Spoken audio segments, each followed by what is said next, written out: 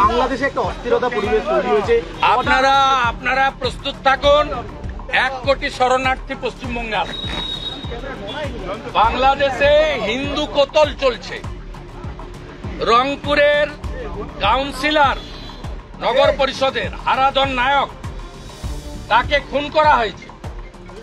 সিরাজগঞ্জে 13 জন পুলিশ খুন হয়েছে, থানার মধ্যে 9 জন হিন্দু। নোয়াখালীতে হিন্দু বাড়ি পোড়ানো হয়েছে। আমি পশ্চিমবঙ্গের মুখ্যমন্ত্রী রাজ্যপালকে বলবো অবিলম্বে ভারত সরকারের সঙ্গে কথা বলুন, কারণ সিএতে পরিষ্কার আছে ধর্মীয় উৎপীড়নের কারণে যদি কাউকে মার খেয়ে আসতে হয় আমাদের দেশ নেবে। এটা অলরেডি পার্লামেন্ট করেছে। আমি আপনাকে বলছি, এই পরিস্থিতি যদি 3 দিনের মধ্যে কন্ট্রোল না হয়, জামাতের হাতে, মৌলবাদীদের হাতে বাংলাদেশ যাচ্ছে। 1 কোটির বেশি হিন্দু শরণার্থীকে নেওয়ার জন্য সবাই মানসিক প্রস্তুতি নেন। আমি তো প্রস্তুতি নিয়ে নিয়েছি। কেন্দ্রকে জানাচ্ছেন না, এটা এক্সটার্নাল অ্যাফেয়ার্স ম্যাটার। এটা রাজ্য সরকারকে, রাজ্যপালকে জানাতে হবে।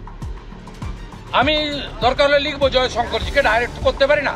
তো আমি পশ্চিমবাংলার হিন্দুদেরকে অনুরোধ করব, যার যেখানে জায়গা জমি যা আছে আমাদের হিন্দু ভাইদের শরণার্থী হিসেবে রাখার জন্য আবার মানসিক প্রস্তুতি নেন। 48-71 ওরা তো আসবে না, ওদের সরকার হয়ে যাবে। জামাতের কন্ট্রোলে চলে গেলে তো ওদের হাতে চলে যাবে। 7% হিন্দু আছে, তাদের পলায়ন আমাদেরকে নিতে হবে। হিন্দু ভাইদের সিএতে অলরেডি সরকার করে দিয়েছে। মানসিক প্রস্তুতি রাখুন। 1 কোটি শরণার্থী আসবে আমাদের ভারত পশ্চিমবঙ্গে।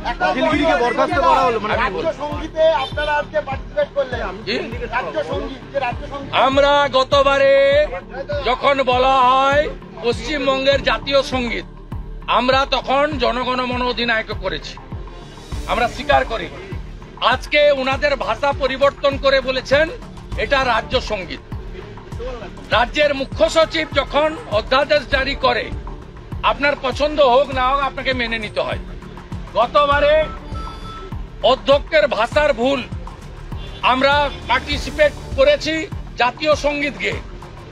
আপনার ভারতবর্ষে জাতীয় সঙ্গীত আপনি বদলাতে পারেন না। আজকে লিডার অব দ্য হাউস মাননীয় মুখ্যমন্ত্রী 2টো পার্টে বলেছেন যে পশ্চিমবঙ্গ সঙ্গীত গাওয়া হবে, তারপরে দেশের জাতীয় সঙ্গীত গাওয়া হবে। উনারা উনাদের ভুলগুলো সংশোধন করছেন, আমরা হ্যাপি। ভুলগুলো সংশোধন করুন। আপনি ফিরহাদ হাকিমকে আর হুমায়ুন কবিরকেও যদি শাস্তি দিতেন আমরা খুশি হতাম, অখিলগিরিকে যেভাবে দিয়েছেন। ঠিক আছে, বলে দিলাম।